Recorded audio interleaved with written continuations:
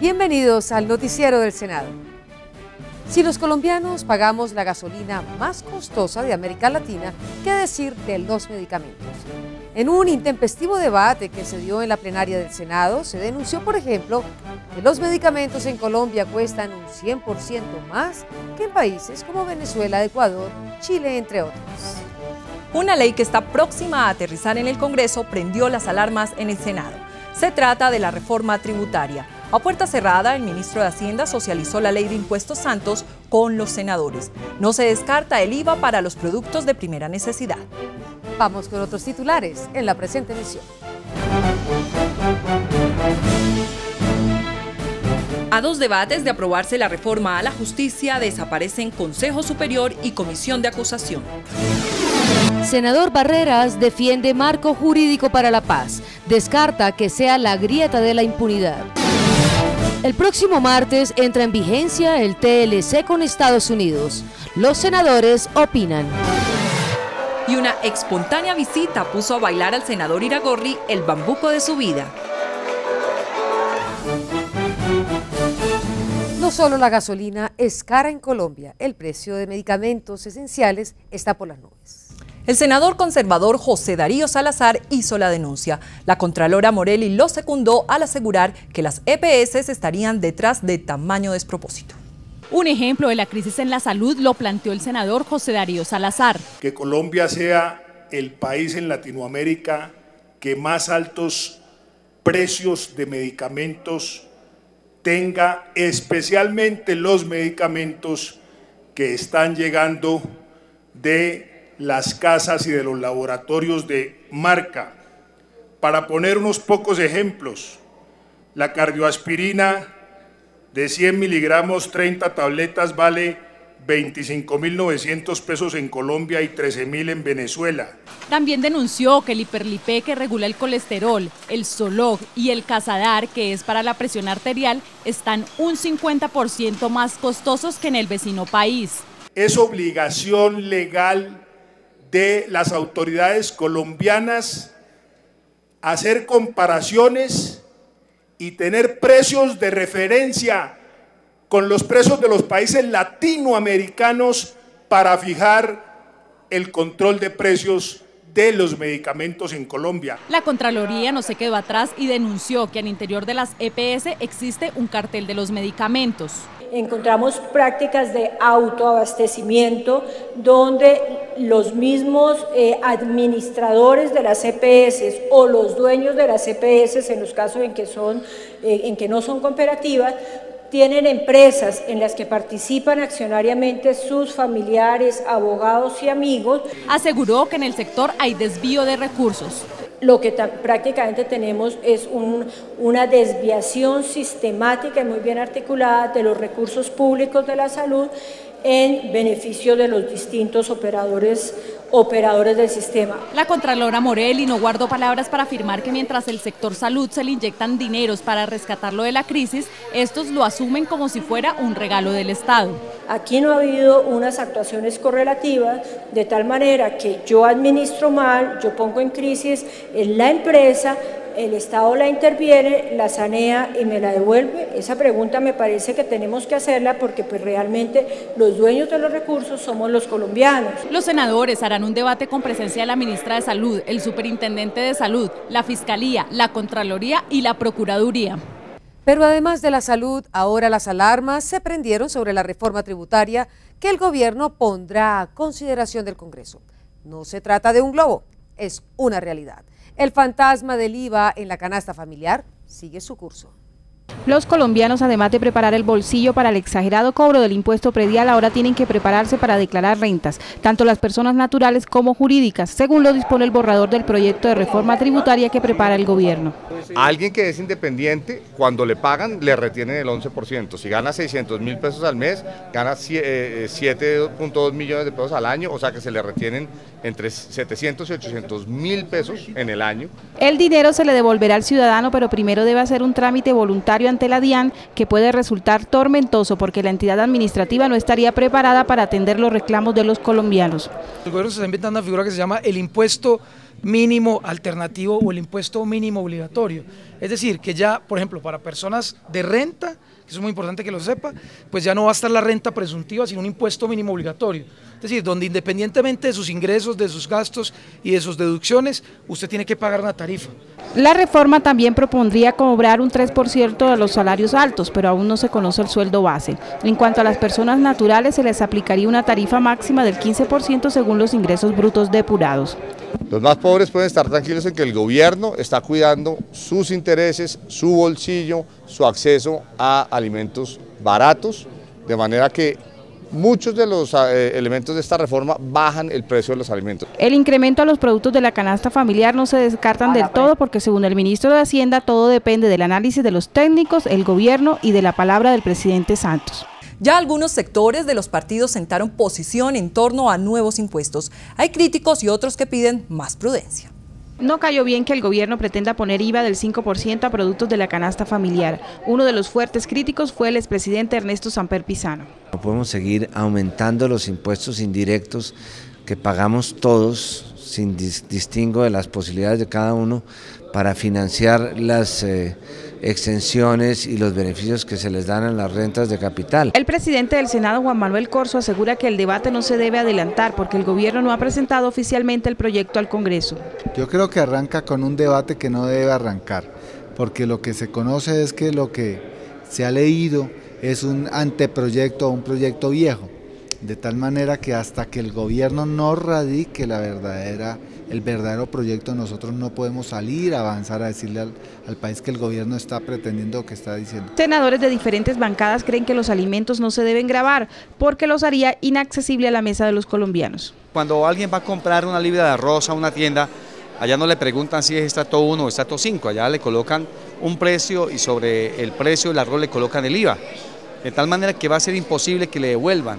No existe el mecanismo para que eso suceda. Nosotros no votaríamos un IVA sobre los productos o artículos de la canasta familiar. Sin embargo, en un tema en el que sí hay consenso es el de revisar las exenciones de impuestos. Acicate para la inversión extranjera. Los beneficios son exorbitantes. El gobierno, para garantizar la inversión extranjera en el país, les ofrece a los capitales foráneos exención de impuestos, en el entendido que se generaría más empleo y crecimiento en la economía. ¿Qué hay de cierto en esto? Nos trajeron de pronto mejores maquinarias, reemplazaron empleo nacional y mejoraron sus utilidades. No se les cobró impuesto de remesas, o sea, de la sacada de la utilidad de estas empresas, por consiguiente fue un negocio redondo para las mismas. ¿Qué estamos diciendo?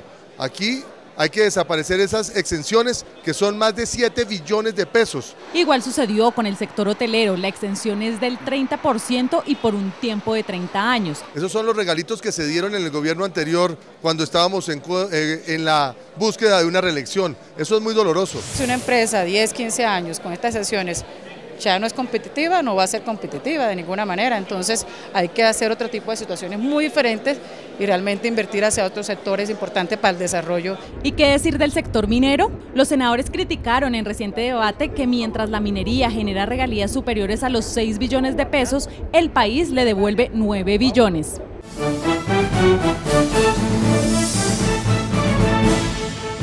Nuevas modificaciones a la reforma a la justicia. Se eliminan entidades, habrá cambios en el juzgamiento de aforados y la comisión de acusaciones desaparece. Con los nuevos cambios en la reforma a la justicia se acaba en su totalidad el Consejo Superior de la Judicatura. En su lugar se crea el Sistema Nacional de Administración Judicial y el Consejo Nacional de Disciplina Judicial. La comisión de acusaciones de la Cámara también se acaba y los aforados como el presidente, vicepresidente, magistrado, fiscal, contralor y procurador tendrán un antejuicio político ante el Congreso. Los otros irían de manera automática a las Cortes Suprema de Justicia, donde allí habrían una sala de primera instancia y una sala de segunda instancia. Los conductores ebrios podrán ser detenidos por las autoridades y ser conducidos a estaciones de policía. Ahí va a pasar la borrachera, pero también va a pasar el guayabo porque se va a quedar 36 horas en la estación de policía. Y en esas 36 horas reflexione el daño que pudo hacerle a alguien más y el daño que pudo hacerse usted mismo. Asimismo, los drogadictos que amenacen la seguridad de sus familias serán controlados por las autoridades.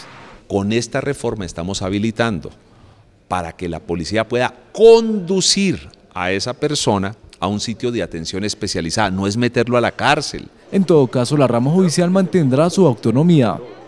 El marco jurídico para la paz, denunciado por organizaciones no gubernamentales por promover la impunidad, fue defendido por su autor, el senador Roy Barreras. El senador Roy Barreras desvirtuó la afirmación de José Miguel Vivanco, director de Human Rights Watch, y aclaró que el marco para la paz no traerá impunidad. El marco para la paz no genera impunidad, no significa amnistía, no significa indulto. Es la llave para la paz, no podemos botarla al fondo del mar. Dijo que tampoco les concederá derechos políticos a cabecillas de grupos armados ilegales. Aquellas personas que son responsables de crímenes atroces, como lo son la mayoría de esas personas, no tendrán ninguna posibilidad de ser elegidos.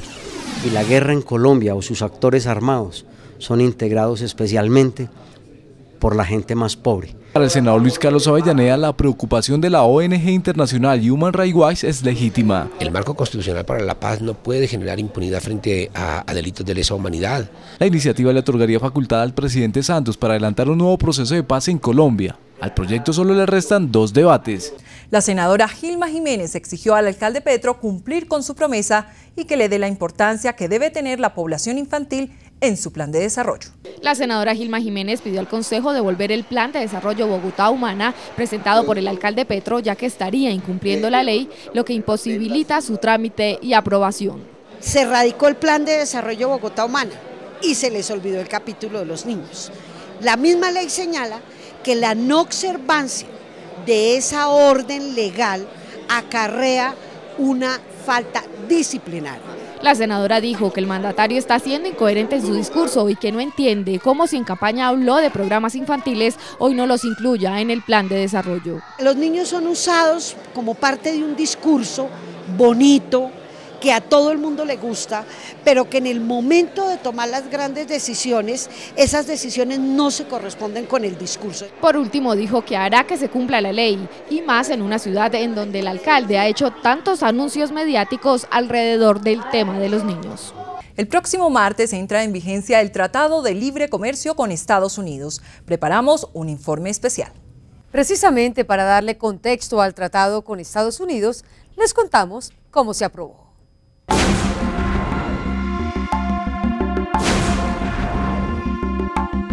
La discusión de este tratado se inició en 2003 y después de 9 años, 15 rondas y 100 reuniones fue firmado en Cartagena por los presidentes Santos y Obama. Tenemos un contrato con ese cliente, no puede cambiar esas reglas de juego de manera unilateral, ni los Estados Unidos ni Colombia. Para la industria contempla, por ejemplo, que el 99.9% de la oferta exportable colombiana obtenga acceso inmediato libre de arancel en el país del norte, mientras que el 81.8% de los productos industriales estadounidenses lo tendrán en nuestro país. Lo que espera es que las exportaciones en las cuales Colombia tradicionalmente ha sido competitivo, todo el tema de industria liviana, la parte de alimentos, agroindustria, pues se consolide. Pero no todos tienen la misma óptica sobre este tratado.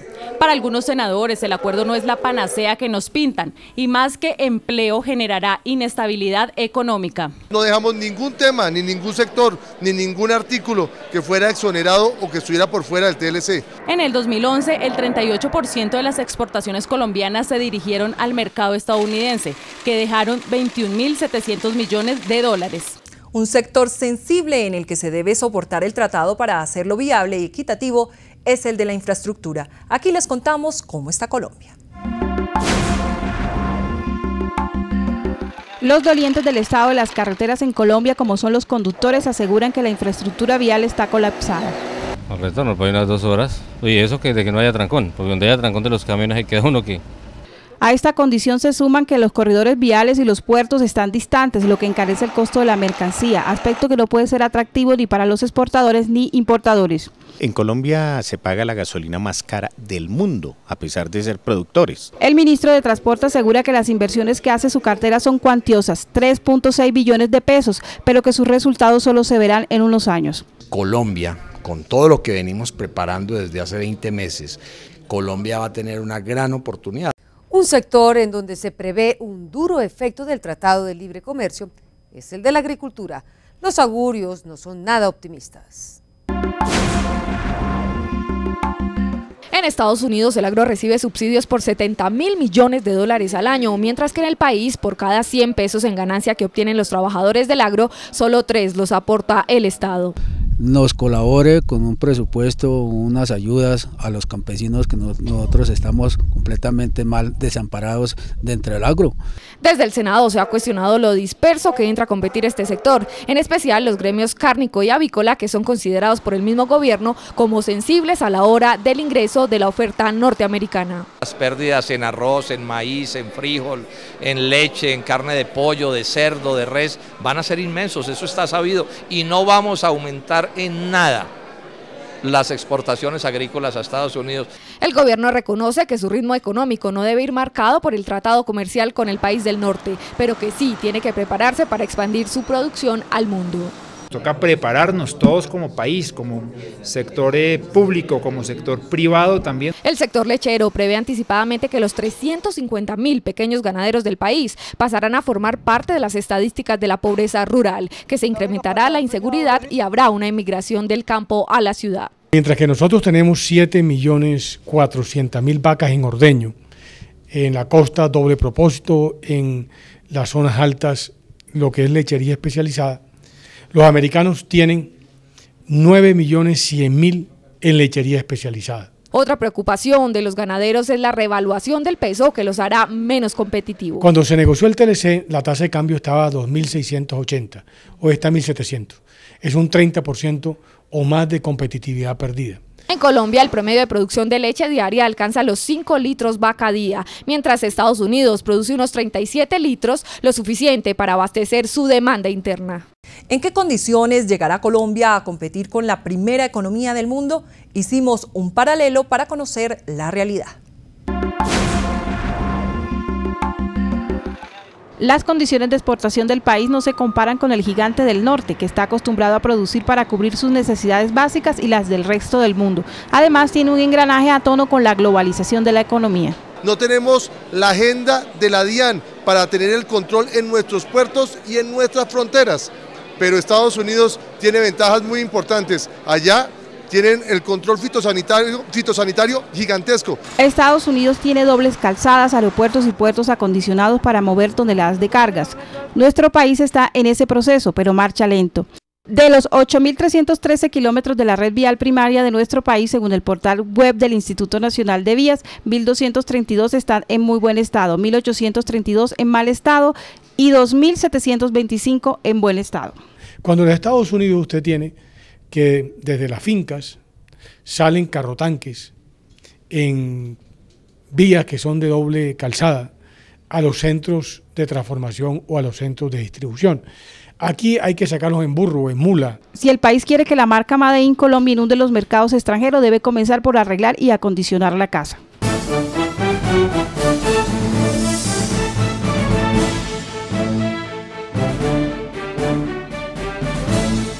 Y para despedirnos, les contamos cómo una reina sorprendió al veterano senador Aurelio Iragorri en la celebración de su cumpleaños número 75. En el Capitolio Nacional, el senador Aurelio Iragorri no desaprovechó la presencia de la reina del bambuco y se dejó seducir por el tradicional sanjuanero huilense. El más experimentado de los senadores revivió sus años mozos y de principio a fin bambuqueó el baile más representativo de los huilenses.